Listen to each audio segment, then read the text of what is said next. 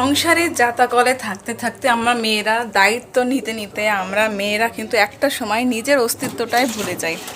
আমরা যে আসলে একটা মানুষ সেটা কিন্তু কখনোই আমাদের একটা পর্যায়ে যে মনে থাকে না, নিজেরাই নিজেদেরকে অযত্ন করি, অবহেলা করি। যাই হোক, আজকে অনেক বিষয়ে আসলে মন খারাপ। গাছে পানি দেবো, একটু তুলসী পাতা তুলবো। তুলসী পাতার অবস্থাও খুব খারাপ। তুলসী পাতা আর কি সেভাবে যত্ন নেওয়া হয় না তুলসী পাতার, যার জন্যে মানে গাছটাও কেমন হয়ে গেছে, কিন্তু তুলতে হবে। আর এই যে বাসি তালের পিঠা খেয়ে না পেটটা কেমন ফেপে আছে, যার জন্য মানে ভাত খেতে একদমই মন যাচ্ছে না, কিন্তু ওইভাবে খাওয়া আসলে ঠিক না। যেটা বলছিলাম বন্ধুরা, যে আমরা মেয়েরাই না মেয়েদেরকে সবসময় কন্ট্রোল করার চেষ্টা করি। সবসময় তোমার এটা দায়িত্ব, তোমাকে এটা করতে হবে। মানে সিনিয়র যারা আর কি থাকেন মেয়েরা আর কি সংসারে, তারা এই জিনিসগুলো আমাদের মাথায় এমনভাবে ঢুকিয়ে দেয় যে আমরা এর ভিতর থেকে বের হতে পারি না কখনোই। তো এরকম করতে করতে কখন যে আসলে আমরা যে একটা মানুষ এটা ভুলেই যাই। ওয়াও, কথা বলতে বলতে কাঠবিড়ালি দৌড় দিল অনেক জোরে। তো যাই হোক, আমি একটু তুলসী পাতা তুলে নিয়ে যাই, চলো। এই দেখো, তুলসী গাছের অবস্থা না কয়েকদিন আরও বেশি খারাপ ছিল। আমার এই যে খুসখুসে কাশি হচ্ছে, মধু আছে কিন্তু মধু দিয়ে খেতে আমার একদম ভালো লাগে না। মধু খেলে না গলা জ্বলে, মানে এত মিষ্টি রে ভাই। আর বেশ মধু বেশ কিন্তু ভারী একটা খাবার, তো ওটা আমি কেন জানি না খেতেই পারি না, ভীষণ গলা জ্বলে ভীষণ। তা আমি শুধু শুধু এরকম মানে রস বের করবো না, এটা ধুয়ে আমি খেয়ে নিব, মানে ছাগলের মতো চিবিয়ে চিবিয়ে খেয়ে নিব। তোমরা কে এভাবে খাও একটু জানাবে আমাকে। তবে রস বের করাটা ঝামেলা, যারা এভাবে খেতে পারেন শুধু পাতা চিবিয়ে এভাবে খেয়ে নেবেন, কোনো সমস্যা নেই। এটা তুলবো। আর বন্ধুরা, যেটা বলছিলাম আর কি সংসারের কথা, হ্যাঁ, সব আপুরাই কিন্তু আমার সাথে একমত হবেন যে সংসারের এই দায়িত্ব নিতে নিতে নিজের একটু মানে মুখের যত্ন, শরীরের যত্ন, প্রতিদিন একটা করে যে ডিম সিদ্ধ খাওয়া, এগুলো কিন্তু দরকার। মেয়েদের যত বয়স বাড়ে তত কিন্তু মেয়েদের হাড় ক্ষয় হতে শুরু করে। এটা আমরা অনেকেই কিন্তু জানি না, ভাবি যে কি হবে বয়স বাড়ছে, ডিম দুধ এগুলো খাওয়া আসলে ঠিক না। কিন্তু প্রতিদিন একটা করে ডিম, একটু দুধ ঘন করে না, একটু পাতলা করে যদি একটু দুধ, গরুর দুধটা একটু খাই আমরা, তাহলে কিন্তু আমাদের হাড় ক্ষয়ের রোগটা কিন্তু হবে না। কিন্তু আমরা ম্যাক্সিমাম মায়েরা নিজে না খাই কিন্তু সন্তানদের খাওয়াই। হ্যাঁ, সন্তানদের অবশ্যই খাওয়াতে হবে, কিন্তু নিজে যদি সুস্থ না থাকি রে ভাই, তাহলে সন্তানদেরকে কিভাবে সুস্থ রাখবো সেটাই বলেন। একটা সময় আমার এরকম মনে হতো, কিন্তু আমার হাজব্যান্ড উনি এসব বিষয়ে ভীষণ অ্যালার্ট, না খেতেই হবে, খাও, ডিম সিদ্ধ খেতেই হবে। কিন্তু কেন জানি না থাকা সত্ত্বেও ভালো লাগে না আসলে, মন ভালো না থাকলে। আর বিশেষ করে যাদের ছোট বাচ্চা আছে না, তাদের যখন রাত জাগতে হয়, এখানে দেখুন আরেকটা কি, এটা ড্রাগন গাছ। হ্যাঁ, যাদের ছোট বাচ্চা আছে, আমি আরও কিছু তুলে নিয়ে যাই, খুব বেশি হয়নি, এখানে রেখে দিই ট্যাঙ্কির উপরে, একটু পরে ধুয়ে নিব। যেটা বলছিলাম, ছোট বাচ্চা আছে যাদের, তাদের তো আরও কষ্ট।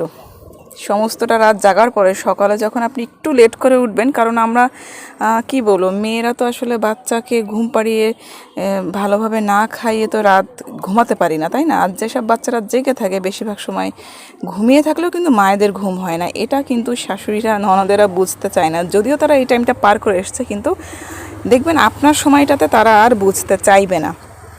অনেকের হয়তো কথাগুলো শুনলে ভীষণ গায়ে লাগবে, কিন্তু এটাই কিন্তু বাস্তব।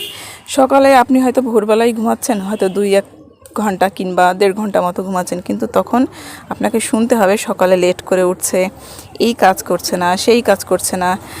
ছোট বাচ্চা নিয়ে কাজ করাটা যে কী টাফ একটা বিষয়, কারণ আগেকারের মানুষরা কিন্তু অনেক কাজ করতে পারতো। হ্যাঁ, তারা পুষ্টিকর খাবার খেতেন, টাটকা খাবার খেতেন, কিন্তু আমরা বেশিরভাগ সময় কিন্তু ভেজাল খাবার খাই, এবং যেটুকু খাই সেটুকু আমাদের এই যে বাচ্চাদের পিছনে দৌড়াতে দৌড়াতে না সময় পার হয়ে যায়। কারণ আগেকার দিনে মায়েদের 8টা-10টা করে বাচ্চাও হয়েছে, তারা কিন্তু একসাথে মানুষ করেছে, এক হাতে, কোনো কষ্ট হয়নি। কিন্তু আমাদের একটা মানুষ করতে গেলেই কিন্তু বর্তমান যুগের নারীরা হিমশিম খেয়ে যায়।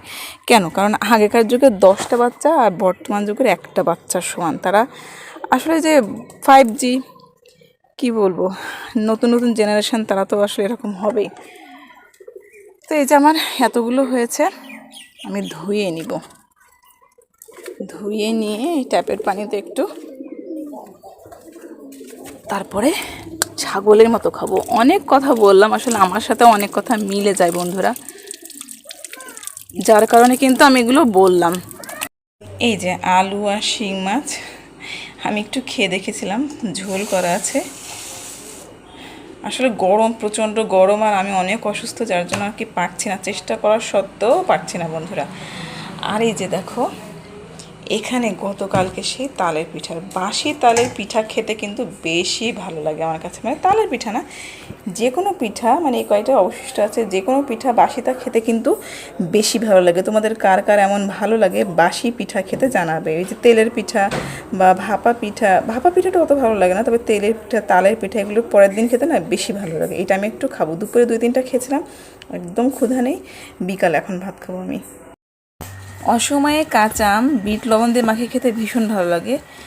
বিদেশি কাঁচা আম কিন্তু খেতে কিন্তু ভীষণ মজা। তারপরও অনেক কথাই বললাম, ওদিকে চুলায় তো আমি ডাল দিয়ে এসেছি, বাসি দেওয়া শুরু করছে, আর ছাদে কিছু গরম মশলা আর কি নেড়ে দেওয়া হয়েছে, সেগুলো তোমাদেরকে দেখাবো। একটু পাতা খেয়ে নেই, বিসমিল্লাহ। কি বাজে গন্ধ রে ভাই।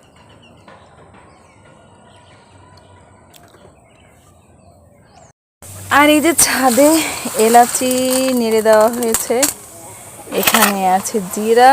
কবুতরের জন্য এগুলো মানে খায় না, কিন্তু এত ঘুটাঘুটি করছে, একটু ঢেকে রেখেছিলাম। এখন মানে বেলা পড়তে শুরু করেছে, রোদও চলে যাচ্ছে, তো সেজন্য ওগুলো তুলে ফেলতে হবে। হ্যাঁ, তাও একটু রোদে দিয়ে রেখেছি, আর একটুখানি থাক, তারপরে বয়ামে রেখে দিব। বন্ধুরা ভিডিও করছে, ভেবেছিলাম শুধু ডাল রান্না করবো রাত্রে আর আলু ভর্তা, কিন্তু আসলে শুধু ওরকম ডাল খেতে ভালো লাগে না, যার জন্য ব্রয়লারের মুরগি ছিল বাড়িতে পোষা, সেইটা কত 4 কেজি ওজনের হবে, তো সেটার অর্ধেক রেখে দেওয়া ছিল ফ্রিজে, আর অর্ধেকও আছে, তো সেটা এখন বের করেছি, এটা রান্না করে ফেলবো। ডাল তেলে দেওয়া হয়ে গেছে, এর তেলটা আমি এর ভিতরে দিয়ে তারপর ফুটিয়ে নিয়ে হাঁড়িতে ঢেলে রেখে দেবো, একদম মিক্সচারের ভিতরে রেখে দেবো। গরম ডাল নাহলে বিপদ হতে পারে। গ্যাসটা অফ করে দিব, তারপরে এই যে এই ছোট্ট হাঁড়িটাতে ঢেলে একদম মিক্সচারের ভিতরে রেখে দেবো। এখানে ঢালতে যেয়ে দেখো বন্ধুরা, এখানে পড়ে গেছে, এটা আমি একটু ধুয়ে নিব, কোনো সমস্যা নেই, এই ধুয়ে ফেললাম।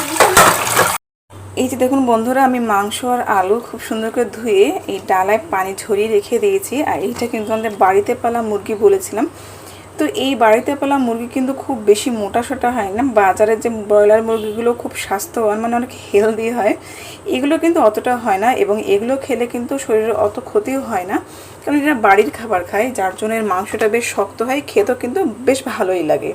তো আমি এই যে কড়াই এখন দিয়ে নিয়েছি চুলায়, গ্যাসটা অন করে তেল দিয়ে গরম করে নেব। প্রথমে আমি তেলে আজকে একটু অন্যরকম করে করব, জিরা আর শুকনা মরিচ ফোড়ন দিয়ে তারপর আমি মাংসটা রান্না করব।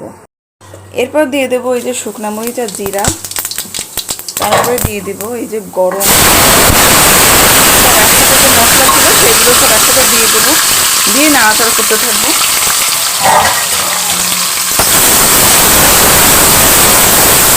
এর ভিতরে কিন্তু আমি মাংসটা দিয়ে দেবো, একটু ভেজে নিয়ে তারপরে লবণ হলুদ সব কিছু দিয়ে নাড়াচাড়া করে নেব।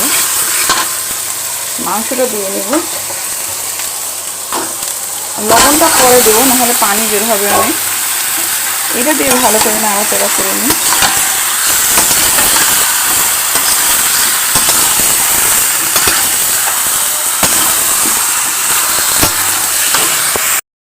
এরপর লবণ হলুদও দিয়ে নিয়েছি, খুব সুন্দর করে নাড়াচাড়া করে নেবো। আর শুকনো মরিচটা কিন্তু পরে দেবো, এখন দিলে নাকে ঝাল লাগবে, কাশি হবে।